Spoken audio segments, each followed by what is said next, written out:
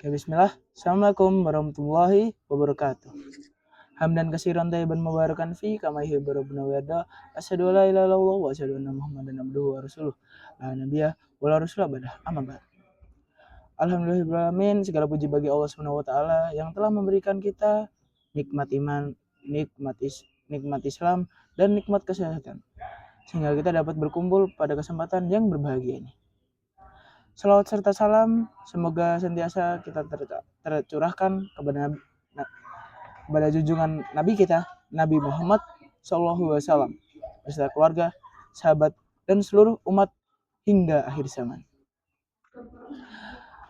Teman-teman yang dirahmati oleh Allah SWT, iman kepada hari akhir adalah meyakini dengan sepenuh hati bahwa suatu saat alam semesta akan berakhir. Seluruh manusia akan dibangkitkan dari kuburnya, kemudian dihisab oleh Allah Subhanahu wa taala, dan akhirnya memperoleh balasan berupa surga atau neraka sesuai amal perbuatannya ya.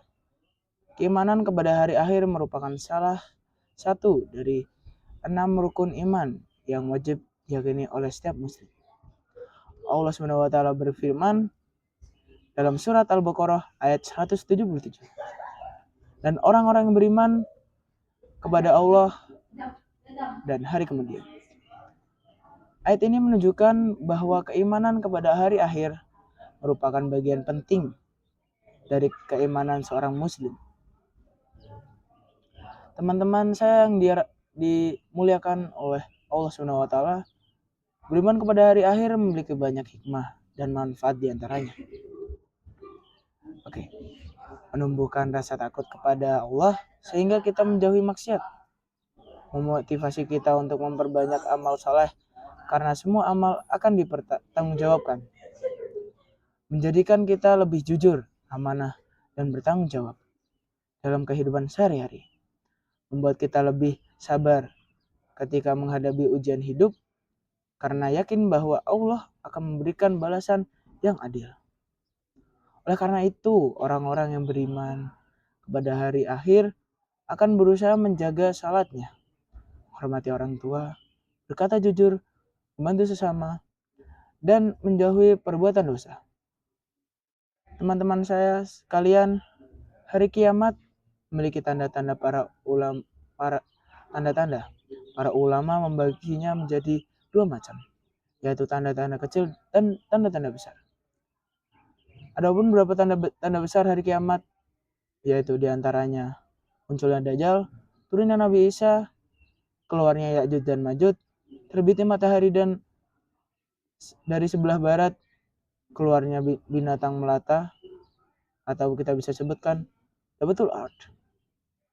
Tanda-tanda tersebut menunjukkan bahwa kiamat benar-benar akan terjadi sesuai janji Allah Subhanahu wa taala.